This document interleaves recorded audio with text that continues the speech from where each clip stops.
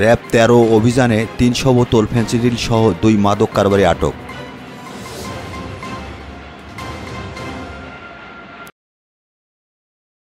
আসসালামু আলাইকুম।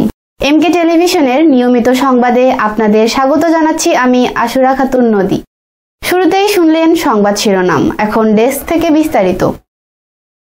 Rapid action battalion RAB প্রতিষ্ঠাকালীন থেকেই দেশের সার্বিক আইন শৃঙ্খলা পরিস্থিতি সমুন্নত রাখার লক্ষ্যে সব ধরনের অপরাধীকে আইনের আওতায় নিয়ে আসার ক্ষেত্রে অগ্রণী ভূমিকা পালন করে আসছে। র‍্যাব নিয়মিত অস্ত্রধারী সন্ত্রাসী, সংঘবদ্ধ অপরাধী, মাদক কারবারি, ছিনতাইকারী, ডাকাত, চাঁদাবাজদের বিরুদ্ধে ব্যাপক অভিযান চালিয়ে আসছে। এর ওই ধারাবাহিকতায় র‍্যাব ১৩ ক্রাইম প্রোভেশন কোম্পানি ১ দিনাজপুরের একটি চৌকস অভিযানিক দল গোপন সংবাদের ভিত্তিতে সংবাদ পেয়ে দিনাজপুর ফুলবাড়ি বিরামপুর মহাসড়কে অভিযান চালিয়ে ২ জন মাদক কারবারি সহ ৩০০ বোতল ফেনসিডিল ও একটি বালুবাহী ট্রাক্টর জব্দ করেছে। আটককৃত মাদক কারবারিরা হলেন আশরাফুল আলম ও তার সহযোগী তুহিন। প্রাথমিক জিজ্ঞাসাবাদে গ্রেপ্তারকৃত আসামিদ্বয় স্বীকার করে যে দীর্ঘদিন যাবত তারা রংপুর বিভাগের সীমান্তবর্তী এলাকা হতে মাদকদ্রব্য সংগ্রহ করে দেশের বিভিন্ন জেলায় সরবরাহ করে আসছে। গ্রেপ্তারকৃত আসামিদের বিরুদ্ধে ফুলবাড়ি থানায় র‍্যাব বাদী হয়ে মাদকদ্রব্য নিয়ন্ত্রণ আইনে